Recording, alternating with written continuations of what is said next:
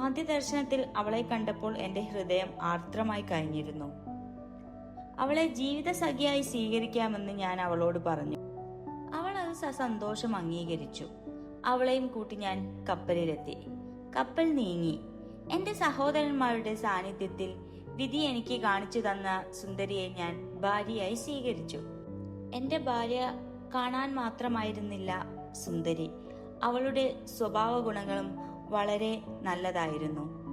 അവളെ ഞാനും അവൾ എന്നെയും ഒരുപാട് സ്നേഹിച്ചു.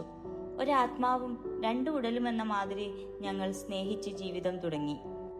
നല്ല രീതിയിലുള്ള ഞങ്ങളുടെ ജീവിതം. പക്ഷേ എൻ്റെ സഹോദരന്മാരുടെ ഉള്ളിൽ അസൂയ ഉടലെടുത്തത് എനിക്ക് മനസ്സിലാക്കാൻ പറ്റിയില്ല. അഗ്നി പോലെ കെട്ടടങ്ങാതെ കിടന്ന അസൂയ വീണ്ടും വീണ്ടും വളർന്നുകൊണ്ടു നിന്നു. ഒടുവിൽ എന്നെ എന്നേക്കുമായി ഇല്ലാതാക്കാൻ തന്നെ അവർ തീരുമാനിച്ചു.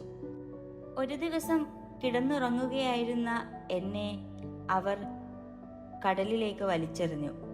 എൻ്റെ ഭാര്യ യഥാർത്ഥത്തിൽ മോഹിനി വേഷം സ്വീകരിച്ച നല്ലവളായ ഒരു സ്ത്രീ ജിന്നായിരുന്നു. അവൾ ഇല്ലായിരുന്നെങ്കിൽ നീന്തൽ വശമില്ലാതിരുന്ന ഞാൻ അപ്പോൾ തന്നെ വെള്ളത്തിന്റെ അലയിൽ മുങ്ങി മരിക്കേണ്ടതാണ്.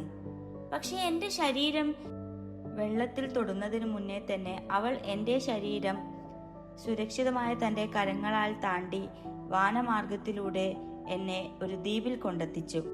എന്നിട്ട് എന്നോട് ഇങ്ങനെ പറഞ്ഞു: പ്രിയ ഭർത്താവേ, ഞാൻ നല്ലവരായ ജിന്നുവർഗത്തിൽപ്പെട്ട ഒരുവളാണ്.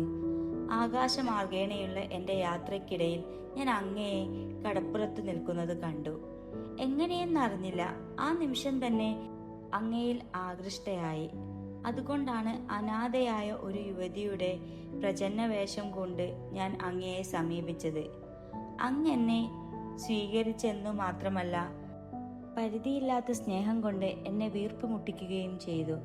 അങ്ങയുടെ പ്രാണൻ രക്ഷിച്ച് എൻ്റെ നന്ദി ഞാൻ അറിയിച്ചെങ്കിലും അത് പ്രകടിപ്പിക്കാൻ അവസരം ലഭിച്ചതിൽ ഞാൻ സംതൃപ്തയാണ്.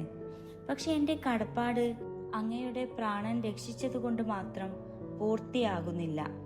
അസൂയക്കളായ അങ്ങയുടെ ജ്യേഷ്ഠന്മാരുടെ മരണമാണ് എനിക്ക് കാണേണ്ടത്.